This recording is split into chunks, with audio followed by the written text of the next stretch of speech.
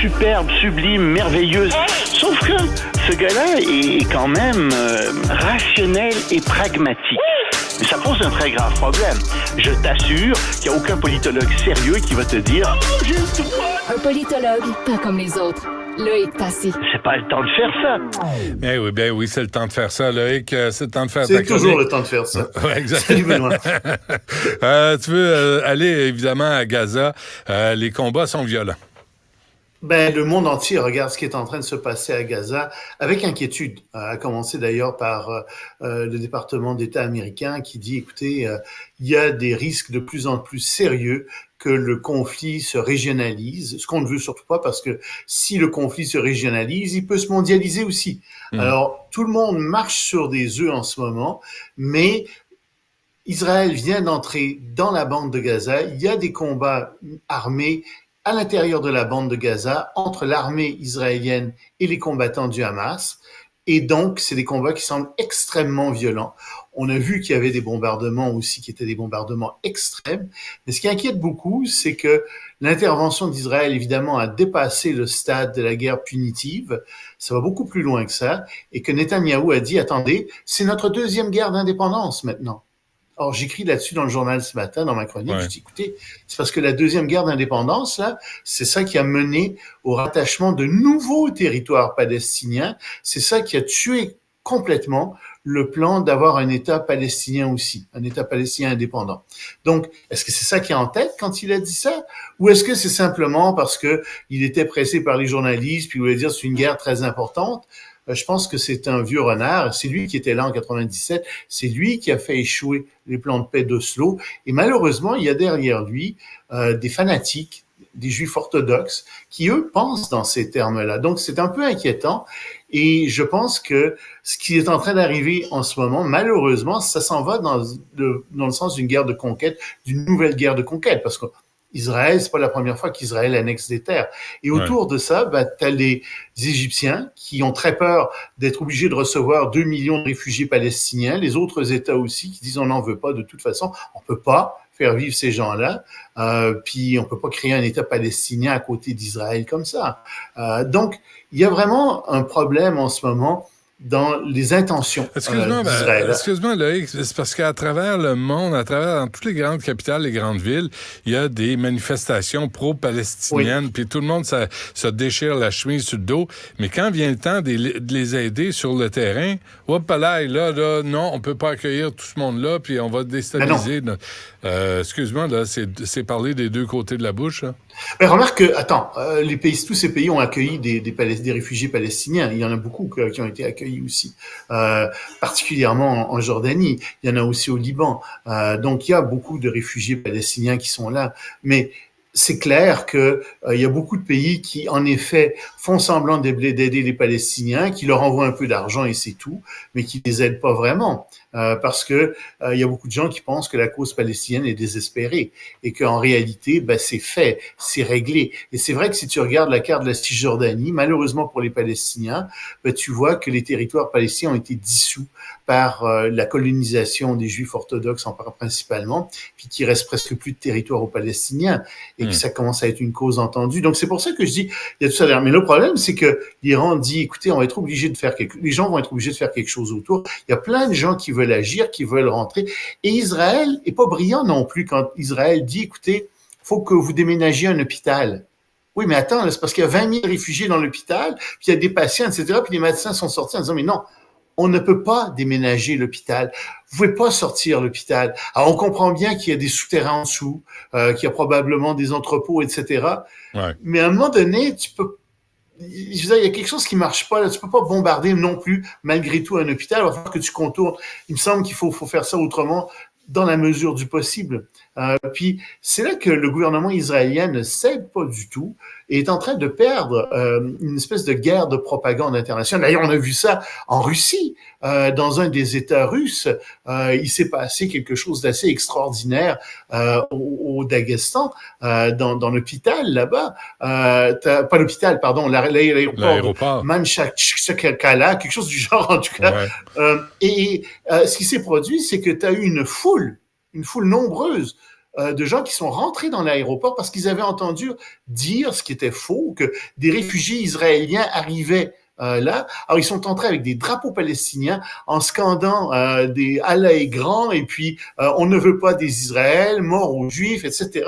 Ils sont rentrés dans l'aéroport, ils ont interrompu les activités de l'aéroport, ils sont rentrés sur le tarmac de l'aéroport.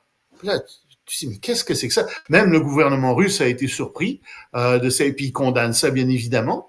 Mais tu dis, mais qu'est-ce qui est en train d'arriver avec ça? Et c'est là que je te dis, il y a aussi une guerre de l'opinion publique, il y a une guerre politique qui est à mener aussi là-dedans, et Israël doit faire très attention à la façon dont ils font ça. Je te l'ai souvent dit, Non, moi je suis tout à fait pour la guerre contre le Hamas. Mais Oui. tu as vu les images de ces malades-là. Et ils sont rentrés dans l'aéroport, puis là, ils gueulaient à la Akbar, ils arrachaient des portes, ils voulaient tout casser. Parce qu'il y a des Israéliens qui s'en venaient en avion, qui allaient atterrir en avion.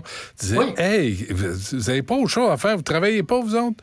Vous n'avez pas du monde à travailler? Je ne sais pas, là. Vous n'avez pas une vie autre que vouloir tuer. Je suis d'accord avec toi, mais c'est là que tu vois que la passion l'emporte sur la raison. C'est pas de la passion, ça. C'est un effet de la propagande. Ah oui, c'est des passions déchaînées. Non, c'est une débilité profonde. C'est des passions. Ben non, écoute, là, quand tu détestes quelqu'un à ce point-là, où tu dis, il débarque en avion et tu t'arrives en groupe pour vouloir les battre ou les tuer, il y a quelque chose qui va pas dans ta tête. Là. Je suis désolé. Collectivement, là, ça va pas bien. Ben, je pense que c'est un effet de la propagande, personnellement. Je pense que c'est ça qui arrive. Puis je pense que la propagande est capable de mobiliser des gens puis de leur faire perdre toute raison et de leur faire faire des folies comme ça. Ça devient très difficile ensuite de dialoguer avec ces gens. Et c'est pour ça aussi que je suis contre toutes les formes d'extrémisme religieux. Parce que c'est à ça que ça mène, l'extrémisme religieux. Les gens écoutent plus ce qu'on a à dire. Ils font plus rien de tout ça. Et tu te retrouves donc dans des situations comme celle-là. C'est très, très dangereux de discuter avec ces gens. On peut pas discuter avec ces gens-là. Et c'est pour ça qu'encore une fois que je pense que le Hamas doit être détruit. On peut pas discuter avec eux.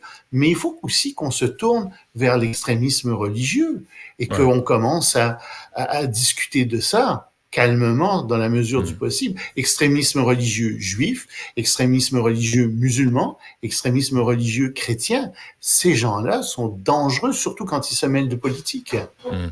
Avant qu'on se quitte, là, c'est rendu que la Chine devient un lieu de rassemblement pour toutes les nations. C'est beau à voir. Oui, monsieur. Oui, monsieur. Pour toutes les nations, grande conférence pour la défense internationale, la paix internationale en Chine. Il y a une trentaine de pays qui sont là. Les États-Unis sont là aussi. Mais ils ont vraiment envoyé une délégation de 3e rang. C'est pas le secrétaire à la défense qui a été là, parce que les Russes ont envoyé leur ministre de la Défense, plusieurs pays. Non, ils n'ont pas non plus envoyé le sous-secrétaire à la Défense. Non. Pas du 2e ordre. Ils ont envoyé la directrice du bureau Chine attaché au sous-secrétaire à la Défense. Si on est descendu de 3 crans. On a dit, OK, on va y aller, là, parce que on vous aime bien quand même, puis on veut discuter avec vous, puis c'est important. Mais on considère pas vraiment que votre forum est un forum de discussion en ce moment. Puis on n'aime pas trop ce qui se passe. Mais bon, la Chine a fait des ouvertures. C'est ça qui est important. Elle a dit, on condamne les États-Unis. Les Russes étaient tout contents d'être assis à côté des Chinois qui condamnaient les États-Unis, mais en même temps, les Chinois ont dit, écoutez, nous, on veut avoir un dialogue avec les États-Unis. On est prêt à coopérer davantage, puis on veut pas s'engager dans une spirale de violence. Enfin, ils n'ont pas dit tout à fait comme ça, mais qui mènerait à une guerre avec les États-Unis. On veut garder les voies de communication ouvertes, les canaux de communication ouverts, et on veut coopérer davantage que ce qu'on faisait. Et ça, c'est le message important. Puis c'est un message d'optimisme. Il y en a pas tant que ça par les temps qui courent. Et les États-Unis font acte de présence. On m'a envoyé...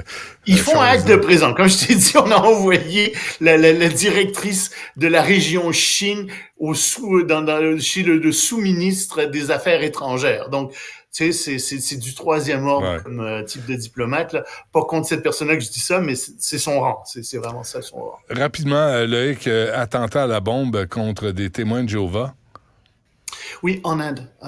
Et ça s'est passé dans l'État du Cochin, qui est au sud-ouest de la péninsule, tout au bout. Et ce qui s'est produit, c'est que les témoins de Jéhovah ont très mauvaise presse en Inde depuis surtout un jugement de 1987 qui autorise les enfants qui sont dans les écoles qui fréquentent des écoles des témoins de Jéhovah de ne pas chanter l'hymne national. Et donc, ils font l'objet de plusieurs attaques de la part des hindous. Et donc, il y aurait une bombe qui aurait été posée par un hindou. On ne sait pas exactement, mais on pense bien que c'est ça, un hindou qui a posé ça. Il s'est rendu d'ailleurs à la police parce que justement, il y a une montée du nationalisme hindou qui est incroyable en ce moment. Et donc, ça a quand même fait une 50aine de blessés. Il y en a, ça a fait 3 morts. Puis il y a plusieurs blessés, malheureusement, qui sont dans un état grave. Ce sont des témoins de Jéhovah. C'est une secte chrétienne. Mais ça te montre donc quand on parle de crinqués religieux, comme tu disais, ben voilà un autre exemple. Tu as encore ici des extrémistes religieux, cette fois-ci hindous, qui s'attaquent à d'autres religions, cette fois-ci les chrétiens en Inde. Loïc Tassé, merci. À demain. Salut Allemand.